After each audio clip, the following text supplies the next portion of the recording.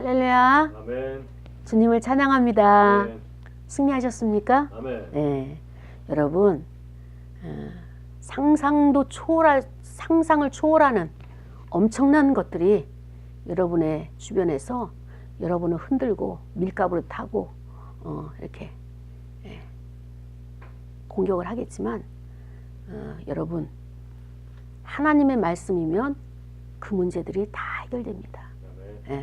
그래서 이 시간에 그 하나님의 말씀을 사모하여서 우리가 이곳에 모여서 예배드리고 있잖아요. 그렇죠? 그래서 그 예배가 오늘 설교의 제목이 뭔가 하면은 화평하라예요. 자, 함께 할까요? 화평하라. 예. 하나님의 말씀은 우리에게 화평하라 이렇게 말씀해 주고 있습니다. 그래서 이 야고보서 3장 17절과 18절 말씀을 우리가 이제 지난주에 연이어서 우리는 뭐예요? 올해 2019년도 올해는 믿음의 선한 싸움을 싸우라. 우리가 이제 그 교회의 목표가 됐는데 우린 선한 싸움을 싸워야 돼요. 근데 그 선한 싸움을 싸우는데 첫 번째 싸움이 뭐였어요? 지난주에 성결하라. 우리의 몸과 마음이 영과 혼과 육이 먼저 성결해야 돼요. 거룩해야 돼요. 그래서 싸울 자격이 주어지는 거예요. 거룩하지 않으면은 그날에나 똑같이 진흙탕에서 이렇게 뒹굴었기 때문에 구분이 안 돼요. 싸울 것조차도 없는 거예요. 그냥 내가 힘들고 그 마음이 부담스럽고 괴롭고 갈등이 느끼고 한다는 것은 내가 그래도 구별되어 있는 사람이구나 라고 하는 것을 우리가 이제 그 나를 반추해 볼 수 있는 것이죠. 그래서 오늘은 두 번째로 화평을 해야 되는데 화평이라고 하는 것이 무엇이냐? 자, 우리가 예수 그리스도께서 하나님과 우리 사이에 화목제물이 되어 주셨어요. 그러니까 우리는 하나님과 내가 먼저 화평을 해야 돼. 그래서 죄의 담을 무너뜨려 주신 것, 죄의 담을 허물어 주신 것, 그래서 직선 코스를 주셔가지고 하나님을 우리가 직접적으로 만나잖아요.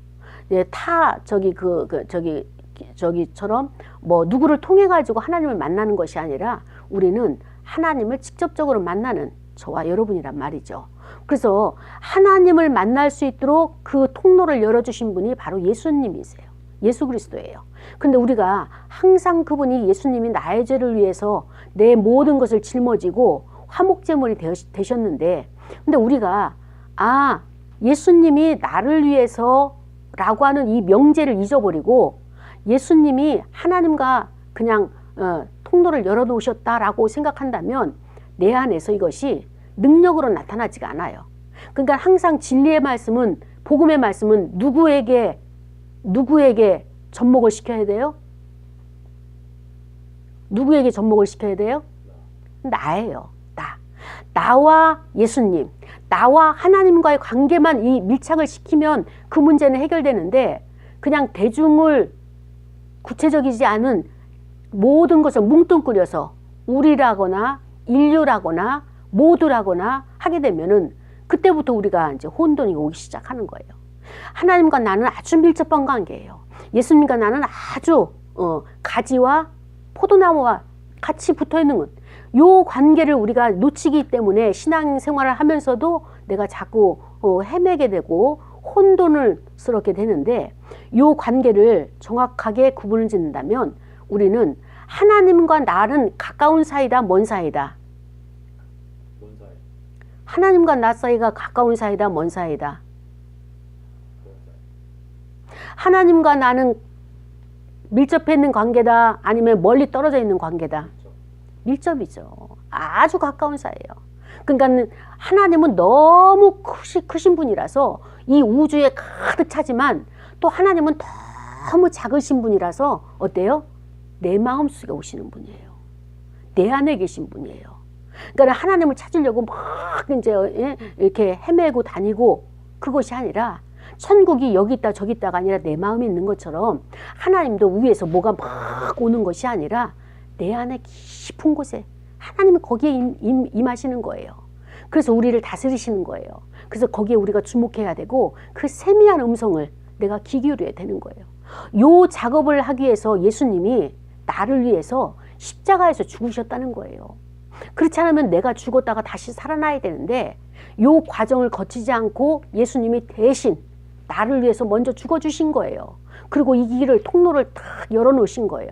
그러니까 나는 하나님과 내와 직통이다 아니면은 불통이다. 직통. 예, 직통이에요. 그러니까 가까운 사이다, 먼 사이다. 가까운 사이. 아주 가까운 사이예요. 그분이 없이는 난 살 수가 없는 거예요. 하나님 없이는. 그분이 보호하시니까 오늘 여기까지 왔죠. 여러 가지 모양으로 많은 일들이 생기잖아요.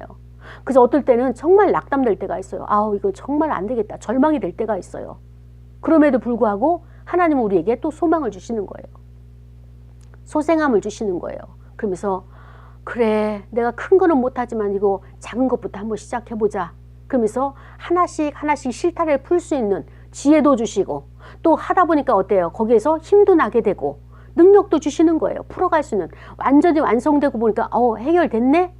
그러니까 그것은 하나님이 나에게 그 문제를 통해서 능력을 부어주신 계기가 되는 거예요.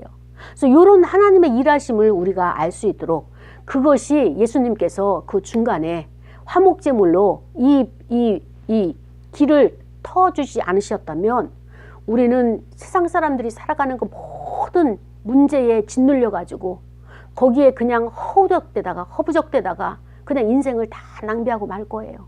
그리고 나중에 가서는 너무 허무하다. 이렇게 살았으면 좋았을걸. 저렇게 살았으면 좋았을걸. 내가 너무 인생을 허송세월했고 낭비를 많이 했다. 라고 생각하면 그때는 우리는 돌이킬 수 없는, 그때는 땅을 쳐도 가슴을 쳐도 눈물을 흘려도 이거는 해결할 수가 없는 거예요. 그럼에도 그렇게 되기 전에 우리를 불러주시는 이 하나님이 얼마나 감사한지요. 그래서 오늘 이제 히브리에서 보니까 하나님과 내가 화해를 했잖아요. 예수님을 통해서 화해를 했잖아요. 예수님이 우리의 화목제물이 되셨잖아요. 근데 우리는 그러면 어떻게 되느냐? 하나님과의 첫 번째로 화해를 했기 때문에 이제는 뭐예요? 이웃과 화해를 해야 될까요? 하지 말아야 될까요? 네, 화해를 해야 돼요. 반드시 이웃과 화해를 해야 돼요. 그래서 그것을 우리는 또 뭐라고 표현하는가 하면은 이웃과의 관계를 우리는 화평이다 이렇게 표현하잖아요. 하나님과는 화해를 했지만은 우리가 하나님의 그 화해의 그 에너지를 가지고 그 진리의 그 능력을 가지고 이웃과는 화평을 이루는 거예요. 그래서 이 이웃과의 화평을 이루는 것을 이제 히브리어는 뭐라고 얘기하는가 하면 키페르라고 해요. 한번 같이 할까요? 키페르. 예, 키페르는 뭐냐면은 화해하다, 그다음에 또 이렇게 화목하다, 뭐 이런 거예요.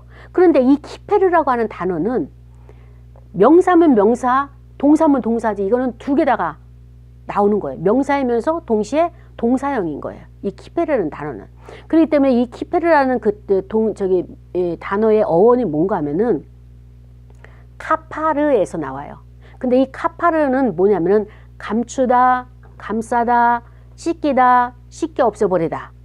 요 어근에서 이 카페르라고 하는 이것이 화해하다, 속죄하다. 그러니까 하나님과 나와의 관계에서는 예수님을 통해서 속죄하는, 그래서 이게 카페르고, 그 다음에 이웃과의 관계에서는 뭐예요? 카파르라고 하는 그 어원, 용서, 화평, 이런 의미에서 우리가 이제 이 단어를 화해하다라고 하는 단어를 사용하고 있는데요. 우리가 사람과 관계에서 화해를 이루다라고 한다면 그 전제에 뭐가 있었던 거예요? 그렇죠. 뭔가 싸움까지는 안 갔다 할지라도 물론 싸움도 포함해요. 큰 범위에서는 싸움도 있지만은 갈등 상태가 있었다는 거예요. 인간관계에서 갈등 상태가 있다가 이제는 뭐예요? 화해를 하는 거예요. 그러니까 누군가 그 전에 불화를 가졌었던 의미를 가지고 있는 거죠. 그래서 그 불화가 있는 상태에서, 갈등의 상태에서 우리는 이제 그 화해를 해야 되는데, 불화가 왜 일어날까요? 내 기준에서. 그렇죠. 그러니까는 그 사람이 생각하는 것과 내가 생각하는 기준이 다른 거예요. 그러니까는 오해가 있었다는 거예요. 바라보는 관점이 차이가 있었다는 거예요. 그러니까는 그 사람이 본 것이 꼭 맞고 내가 본 것이 틀리다가 아니라 내가 본 것도 맞고 그 사람이 본 것도 맞는 거예요. 왜? 사람은 자기가 보고 싶은 것만 본다고 하잖아요. 그렇기 때문에 그 사람이 본 것도 맞는 거고 내가 보는 것도 맞는 거예요. 그래서 서로의 잘못과 이 오해로 빚어진 이 불화가 서로 상대방의 잘못을 내가 용서하고, 그 다음에 또 뭐예요? 오해를 씻겨낸다면 이 문제는 해결되는 거예요. 근데 우리는 뭐예요? 내 거는 맞고 너는 틀리고, 그 다음에 그 사람은 내가 맞고 너는 틀리고 라고 하는 요것을 여기서 고집을 부리고 있는 거예요. 요거를 다른 말로 얘기하면 고착되어 있는 거예요. 그래서 요 고착된 것을 깨뜨리고 무너뜨리고 내 고집을 풀어내고, 어때요? 내가 이렇게 볼 수 있지만 상대방도 그렇게 볼 수 있다라고 요것을 인정하는 거예요. 아까도 이야기했지만 우리는 상대가 너는 참 강해 라고 한다면 그건 내가 강한 거예요. 아, 내가 강하구나. 은지가 목사님이 무서워서 안 나오겠대요. 안 나온대요 라고 한다면 그가 보는 나는 무서운 거 맞아요. 그거를 우리가 먼저 인정을 해야 돼요. 인정을 하고 그 문제를 해결을 해야 돼요. 근데 우리는 뭐예요? 목사님 너무 무서워요 이렇게 얘기하면은 내가 어떻게 무서워? 내가 너희들을 위해서 한 게 뭐 얼마나 많은데, 내가 진짜 아침에 새벽 바람부터 일어나가지고 너희들을 위해서 이 음식도 준비하고 이 모든 청소를 다 하고 이런 것을 하는데 너희들이 한 게 뭐 있다고? 와서 그냥 와서 예배만 참석하면 되는데, 내가 한 것에 비해서 내가 그런 표정을 하는 것에 있어서는, 태도를 하는 것에 있어서는 무섭지가 않은 거야 라고 내가 그렇게 이야기를 한다면 그거는 상대와 내가 화해를 할 수 있을까요? 화해를 하지 못할까요? 화해를 못하는 거예요. 그러니까 상대가 그렇다면 아, 그건 맞아. 그가 보는 내가 강한 것은 맞아. 강한 거야. 무서운 것은 무서운 거야. 그걸 인정을 해야 돼요. 그러면서 거기서부터 나의 태도에서 어떤 것이 강한지, 어떤 것이 상대로부터 무서움을 느끼게 했는지 라고 하는 것을 우리가 찾아가는 거예요. 그 다음에 또 그 사람이 그가 하는 것이 목사님은 무서워요, 목사님은 강해요, 그 말이 다 맞다 틀리다를 떠나가지고 그 상대방도 자기 안에는 강함이 있는 거예요. 자기 안에는 무서움이 있는 거예요. 그것을 나를 통해서 자기를 본 거예요. 근데 자기가 인정을 안 하고 목사님이라고 지금 투사를 시키고 있는 거예요. 이렇게 하나님은 우리의 생활 하나하나를 다 간섭하셔가지고 같이 부딪힘이 있는 것, 같이 이렇게 충돌이 있는 거에 있어서는 쌍방을 같이 작업을 하고 있는 것을 우리가 이것을 깨달아야 하는 것입니다. 그래서 화해라고 하는 것은, 이 화해의 의미는 뭐냐? 상대방의 죄를 덮어주는 거예요. 화해라고 하는 것은 뭐냐? 죄를 씻어주는 거예요. 그 오해를 해결해 주는 거예요. 그 다음에 잘못을 감싸주는 거예요. 그래서 잘못을 씻겨 없애버리는 거예요. 그래서 이 히브리어에 보면은 이제 그 이스라엘 나라의 히브리 사람들의 그 문화권에 보면은 화가 나 있잖아요. 싸웠잖아요. 원수가 됐잖아요. 그러면은 그 사람들을 어떻게 얘기하는가 하면은 아카프라 파나부 밤미나라고 하는 거예요. 아카프라 파나부 밤미나라고 하는 것은 뭔가 하면은 그의 얼굴을 내가 덮을 것이다 라고 하는 의미예요. 그의 얼굴을 덮는다는 것이 무엇인가? 선물을 가지고 그의 얼굴을 덮는다. 그 얘기는 뭐냐면은 이렇게 풀이하면 돼요. 저 사람하고 내가 지금 다퉈가지고 좀 뭐 거리를 두고 있어요. 근데 화해를 하고 싶어. 근데 화해를 할 때 어떻게 화해를 해야 되느냐? 창세기 32장에 보면은 야곱과 에서가 나와요. 야곱과 에서가 있는데 20년 동안 떨어져 있었잖아요. 그래서 야곱이 형을 만나려니까 이게 보통 담력 가지고는 형을 만날 수가 없는 거예요. 근데 소문에 듣자 하니까 400명, 그 군사 400명을 데리고 이 야곱을 죽이려고 온다는 거예요. 그러니까 그 소문이 더해지니까는 더 두려워가지고 야곱이 어떻게 할 줄을 모르는 거예요. 그래서 야곱이 취한 태도가 무엇입니까? 예. 이제 선물을 보내는 거예요. 1차 선물, 2차 선물, 3차 선물 해가지고 선물을 탁 보내고, 그래도 이 두려움이 해결이 안 되니까 이제 하나님이 보낸 천사하고 씨름을 해가지고 정말로 자기가 죽기까지 그 밑바닥까지 내려갔잖아요. 그래가지고 거기서 정말로 그 씨름을 통해 가지고 자기가 죽고 나니까, 이 환도뼈가 부러질 정도 죽고 나니까 형을 만날 힘이 거기서 나오는 거예요. 그래서 형을 만날 힘이 나오는데, 아까 이야기했잖아요. 이게 뭐야? 아카프라 파나부 밤미나라고 하는 그 뜻은 뭔가 하면은, 원수인 에서 입장에서는 야곱이 원수예요. 야곱 입장에서는 양심의 가책을 느끼지만 형을 원수라고 생각 안 하지만 어찌됐든 두려운 대상이에요. 그런데 저기 한 사람이 내가 상대를 용서할 사람이 와가지고 얼굴을 엎드린다 이 얘기예요. 자, 그 얘기 뭔가 하면은 야곱이 선물을 형에게 보내서 형의 마음이 풀어졌나요? 아니에요. 어떻게 풀어졌어요? 이미 야곱이 자기를 포기했을 때, 야복강에서 그 씨름하면서 포기했을 때 하나님은 에서의 마음도 작업을 시킨 거예요. 그래가지고 와가지고 먼저 누가 품었어요? 에서가 동생 야곱을 품었어요. 그 얘기는 뭔가 하면은 에서가 야곱을 만나자마자 절을 한 거예요. 그러니까 절을 할 때 뭐예요? 얼굴이 그 사람 발밑에 내려가는 게 절이에요. 우리가 상대방에 만났을 때 안녕하십니까? 라고 인사를 하는 것은 나의 얼굴이 상대방의 발밑으로 가는 거예요. 요 용서라고 하는 것, 화해라고 하는 의미가 여기에 있습니다. 하나님은 에서를 통해서 자기의 얼굴을 빳빳이 세운 것이 아니라 야곱의 발밑으로 에서의 얼굴을 파묻히 이렇게 한 것이에요. 이것이 화해라는 거예요. 그러니까 이 화해는 어떤 자가 먼저 할 수 있다?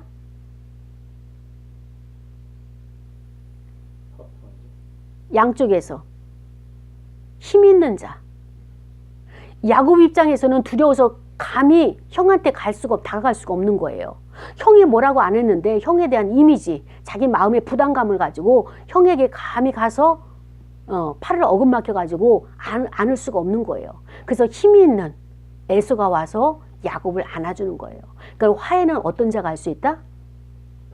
힘 있는 자가 하는 거예요. 상대보다도 힘 있는 자가 화해를 할 수 있는 것입니다. 그래서 신약에서도 예수님께서 뭐라고 말씀하시는가 하면은 이웃과의 관계에서 마태복음 5장 24절에 보니까 제단에서 형제에게 화해해서, 그러니까는 예배를 드려요. 제사를 드리려고 하는데 어떤 사람이 딱 떠올랐어. 찜찜해. 그 사람이 진짜 나를 괴롭혔어. 그러면은 나만 그 사람을 떠올릴까요? 상대방도 나를 떠올릴까요? 상대방도 나를 떠올리는 거예요. 상대방도. 그래서 상대방도 나를 떠올리고 나만 떠올린다 해서 내가 괴로운 거예요. 그럴 때는 뭐라고 했어요? 제사를 드리기 전에, 예배를 드리기 전에 먼저 그와 가서 화해를 하고 와서 하나님 앞에 제사를 드려라. 하나님 앞에 예배를 드려라. 이 말씀을 하고 있는 것입니다. 그리고 또 화해를 제단에서 형제에게 이렇게 화해를 했다면 이 화해에 대해서, 화평에 대해서 하나님께서 우리에게 또 이제 사도 바울을 통해서 뭐라고 말씀하시는가 하면은 고린도 후서 5장 18절에 보면은 이렇게 말씀을 하셔요. 모든 것이 하나님께로 써놨으며 그가 그리스도로 말미암아 우리를 자기와 화목하게 하시고 또 우리에게 뭐예요? 화목하게 하는 직분을 주셨으니. 자, 여러분, 오늘 우리가 왜 화해를 해야 되고 왜 화평을 누려야 되느냐? 하나님이 우리에게 은사를 주셨다는 거예요. 직분을 주셨다는 거예요. 어떻게? 우리는 가는 곳곳마다 어떻게 돼요? 화해의 사도가 돼야 되는 거예요. 화평의 사도가 돼야 되는 거예요. 그래서 이것을 행하기 위해서 먼저 내가 이웃을 먼저 용서하고 내가 용서를 빌고, 나는 강한 자니까 내가 그들에게 용서를 빌고, 그러고 나서 나는 세상 속에 나가가지고 어떻게 합니까? 세상에서 이 화해의, 화평의 하나님의 사명자로 나가야 되는 거예요. 이것을 우리가 다른 말로 얘기하면 뭐라고 얘기하면 앰버서더라고 하는 거예요. 앰버서더. 앰버서더가 뭐죠?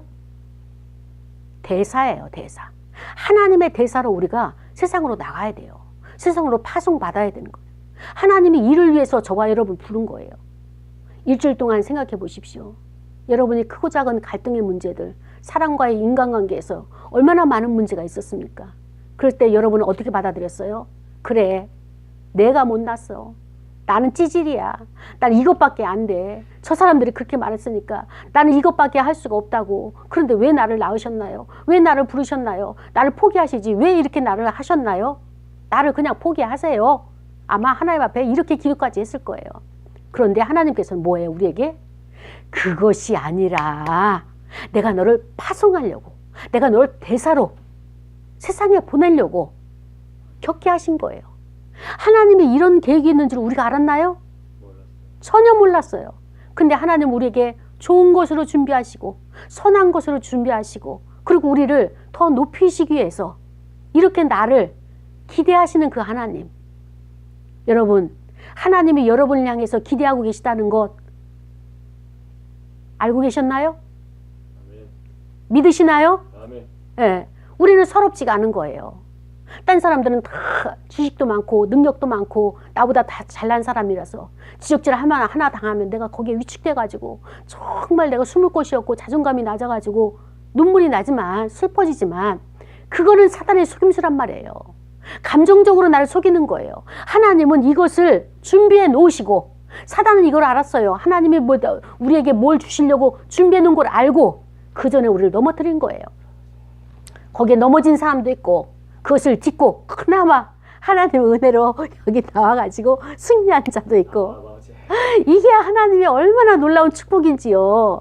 그러니까 우리는 믿을 거는 하나님밖에 없어요. 정말로 진짜 엉기어서라도 하나님의 전에 와야 되고 그래야 이 소망에 하나님께서 계획들을 보게 하시고 우리는 어디를 가나 화평의 천사예요. 우리는 어디를 가나 화목해 하는 예수님께서 하나님과 우리 사이를 화목해 하신 화목 제물로 제물이 되신 거잖아요. 근데 우리에게는 제물까지는 아니어도 이제 화평의 대사 엠버서더 대사로 내가 너희를 파송한다. 어디로? 세상으로 파송한다는 거예요. 이게 하나님이 저와 여러분에게 계획하신 하나님 2019년도에 우리에게 명령하신 겁니다. 그 하나님이 얼마나 감사한지요. 또 여기서 끝이 나요. 자 보십시오. 마태복음 5장 9절에 보니까 화평을 이루는 자를 이렇게 표현하고 있어요. 화평케 하는 자는 복이 있나니. 자 여러분 화평케 하는 자가 복이 있다고 그랬어요. 예, 어떤 복인지 봅시다. 그들이 하나님의 아들이라 일컬음을 받을 것이며. 사랑하는 여러분, 자 우리는 저와 여러분은 누구예요? 하나님의 아들이에요. 나는 하나님의 자녀예요. 나는 하나님의 아들이에요. 이렇게 말하기 전에 하나님이 먼저 예수님이 먼저 우리를 인정해 주신 거예요. 화평을 너가 이루게 되면 그 복이 무엇인 줄 아느냐? 하나님과 영원히 떨어지지 않는 가장 가까이에 있는 그 복을 하나님의 아들의 복이에요. 하나님의 아들의 복이 무엇입니까?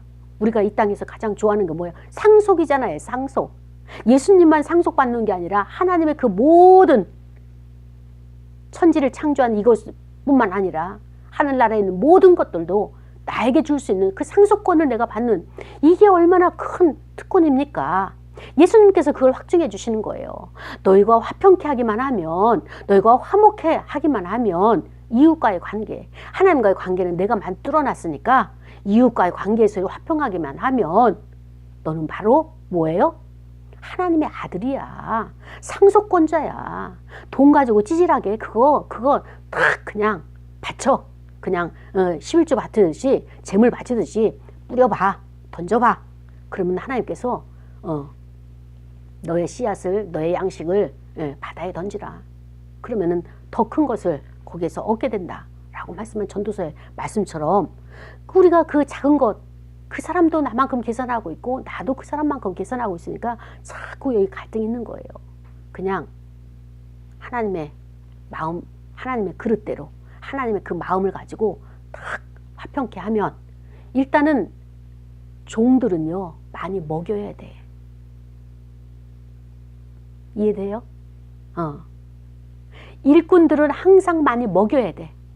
배 부르게 해줘야 돼요. 근데 배 부르지 않는데 일만 시키게 되면 거기서부터 짜증이 나는 거예요. 이 원리를 좀 알아야 돼. 일단 먹여. 그것이 질이 좋고 낮고는 나중 문제고 배불리 먹여야 돼요. 우리 아버지 집에 먹을 것이 많거늘 탕자도 아버지 집에 왜 들어왔어요? 그 먹을 것 때문에 들어온 거예요. 먹을 것 때문에. 그러니까 우리는 이러한 것이 인색해서는 안 돼요. 배불리 먹이고 그리고 마음껏 너의 에너지를 끌어내서 더 큰 것을 창출해낼 수 있는 이 안목이 있어야 돼요. 이게 하나님께서 우리에게 주시는 오늘 이제 하나님의 비전이죠. 그래서 우리 크리스찬들은 이렇게 하나님과 나와의 관계가 회복됐으면 뭐예요? 이웃과의 관계도 회복이 돼야 돼요. 근데 더 큰 문제가 있어요. 가장 큰 문제가 뭐냐? 하나님과 나와의 관계는 회복됐어요. 믿어져요. 근데 이웃과의 관계에서 나가서, 세상에 나가서, 사회에 나가서, 직장에 나가서, 만나는 사람, 일터에 나가서 화평을 이루려니까 이게 안 되는 거예요. 왜 안 될까요? 이게 문제예요, 지금. 우리의 딜레마는 여기에 있어요. 왜 안 될까요? 응? 욕심. 또? 자기 강박, 응, 프레임, 응, 그리고 응, 하나님의 아까 대사로 응. 생각을 안 하니까. 여러 가지 좋은 내면에 자기 성찰이 많이 된 것 같아요. 하나님과의 화해도 했고 이웃과의도 화해도 했는데 이웃과의 화해가 자꾸 겉도는 거예요. 그 얘기는 뭔가 하면은 우리 안에, 자기 자신 안에 이 문제가, 자기 안에 문제가 해결이 안 된 거예요. 자, 보세요. 우리는 여러분들이 보는 나가 있어요. 요거는 어떤 거예요? 표면적인 의식이에요. 아, 목사님이 강하다. 목사님이 그 무섭다라고 하는 또 저 긍정적인 부분도 있겠죠. 열심이고 적극적이고 또 이제 상담에 있어서 받아주고 여러 가지 긍정적인 것도 있지만은 요것은 뭐예요? 표면적인 거예요. 그런데 내 안에 또 무의식도 있어요. 내 안에 무의식. 의식도 있지만은 무의식도 있어요. 그리고 또 그 무의식 밑에 뭐예요? 하나님을 만나는 영의 자리, 영의 세계가 있어요. 요 세계가 삼위일체가 하나가 돼야 돼요. 요 세계가 일치점을 가져야 돼요. 그걸 삼위일체라고 하죠. 내 안에서 먼저 일치점을 가질 수 있는 삼위일체가 돼야 돼요. 그러니까 아까 이야기한 것, 욕심이나 그 다음에 또 뭐예요? 불평이나 또 여러 가지 갈등되는 그 요인들이 뭐예요? 내가 무의식 가운데 있는 문제가 해결이 안 되니까 표면의 의식과 그 다음에 또 무의식과 내 안에 영의 자리에 있는 하나님이 계신 그곳과 일단 수준은 우리가 어디로 수준을 맞춰야 되느냐? 의식도 아니에요. 무의식도 아니에요. 어디에 수준을 맞춰야 돼요? 어디에 맞춰야 돼요? 하나님에게 맞춰야 되는 거예요. 하나님. 그러니까 하나님에게 내가 의식을 맞추지 않으면은 괴로워요. 갈등이 계속 연속이 돼요. 근데 내가 나 포기하고 내가 손해를 보고 하나님의 영에 딱 기준을 맞추게 되면 마음이 어때요? 일단 편안해요. 일단 편안해요. 그러면 그거를 따라가는 거예요. 하나님은 알겠는데요. 아시겠는데요. 내가 이번에 너무 마이너스가 많으니까 이번만큼 안 되겠어요 하고 하나님의 영이 주는 사인을 무시하고 내 의식과 무의식을 내가 쫓아가게 되면 그거는 실패예요. 당장은 실패를 보이지 않겠죠. 그러나 그 실패의 열매가 몇 배로 쌓인다? 30배, 60배. 그렇죠. 점점 커져가는 거예요. 그러니까 그때 가가지고 열매를 내가 다 따서 모으려면은 너무너무 수고하고 시간 낭비예요. 그러니까는 우리는 뭐예요? 예방이 중요한 것이고 뭐예요? 열매 맺기 전에 그 싹을 내가 잘라버리는 것이 그게 중요한 거예요. 그렇습니다. 우리는 하나님과 나와의 관계는 예수님께서 해결해 놓으셨어요. 그런데 내가 이웃과에 가서 대사로 나가기 위해서는 이웃과의 화평을 이루어야 되는데 그 화평을 이루기 위해서는 뭐 해야 된다? 내 안에서 뭐 해야 된다? 삼위일체가 되어야지만이 우리가 화평의 대사로 파송받을 수 있는 겁니다. 자, 그렇다면은 항상 내 안의 문제예요. 모든 문제가. 내 안의 기준은 누구에게 맞춘다? 하나님께. 하나님의 영, 하나님이 주시는 그 사인을 따라가야 돼요. 그 사인을 따라갈 때 거기가 승리의 길이고 그 사인을 따라갈 때 거기가 성공의 길인데 요거를 놓치게 되면 피눈물을 흘리는 거야. 눈에서 눈물 나고 살고 싶지 않고 자기의 무능함 이런 것들이 온갖 것들이 올라와서 괴롭고 힘든 거예요. 내가 그런 사건이 발생했을 때 부딪힘이 있을 때 얼른 나를 내려놓게 되면 어때요? 해결되는 거죠. 그리고 조금 있다가 하나님께서 그것을 싹 열어서 알게 하시는 거예요. 아, 이런 계획이 있으셔서 내가 그때 잠시 내가 나를 포기하지 못했던 것 강압적으로 포기하게 하셨구나. 역시 하나님이 맞으시다. 하나님이 정말 올바르시다. 내가 다른 길을 내 고집대로 내 생각대로 결정했더라면 이것도 큰 손실 있었을 뻔했다 라고 이제 하나님께서 정확하게 그 문제를 해결해 주시는 겁니다. 그렇습니다. 화해를 이제 지향하는 크리스찬들이 이렇게 최종 목적은 뭐냐면 세상으로 나가야 돼요. 세상으로 나가야 돼요. 세상이 왜 나가야 되느냐? 세상이 너무나 세속화되어 있어요. 그리고 또 너무 세속주의를 따라가고 있어요. 돈을 따라가고 힘 있는 권력을 따라가고 그 다음에 또 연약한 자들을 무시하고 짓밟고 이 세상에 우리가 나가야 돼요. 나가서 어떻게 되느냐? 세상의 가치관이 잘못된 것, 세속주의를 따라가는 그 세속주의를 어떻게 돼요? 우리가 예수님의 복음으로 예수님의 진리로 내가 그것을 드러내야 돼요.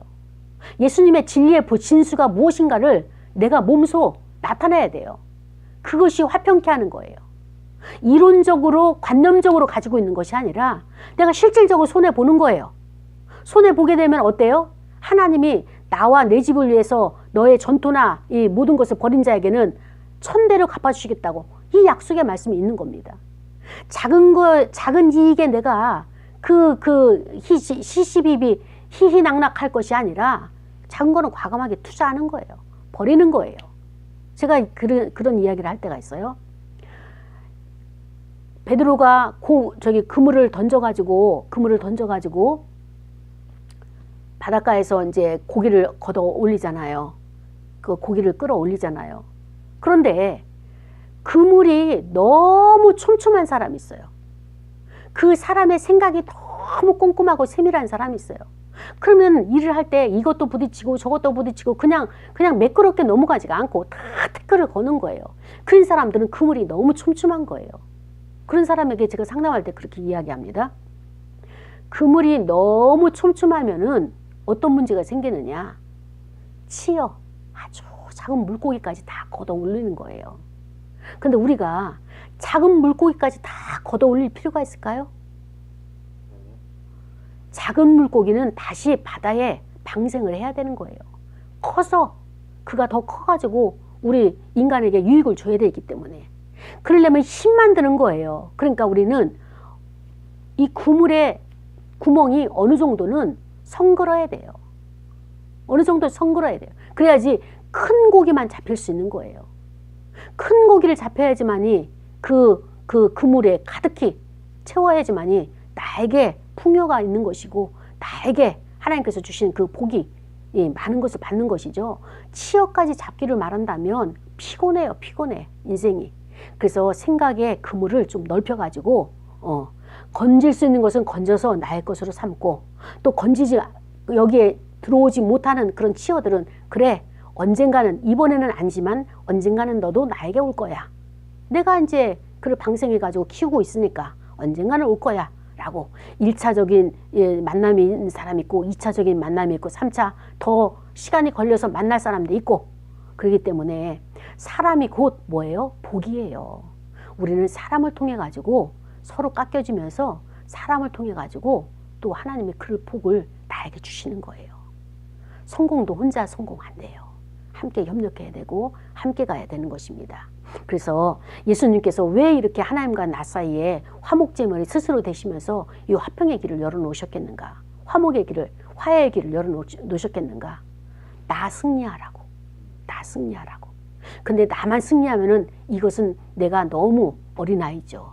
하나님의 뜻을 세상 사람들도 알 수 있도록 우린 세상에 나가가지고 예수님의 그 말씀을 그대로 실천할 때에 그것이 바로 많은 사람들이 그리스도인은 저렇게 살아가는 것이구나. 그러면서 그들도 예수님을 알기를 원하고 그 다음에 또 예수님의 그 삶이 어떤 것을 궁금해하기도 하고 묻기도 하고 길을 찾기도 하고 이런 과정이 우리에게 오게 되겠죠.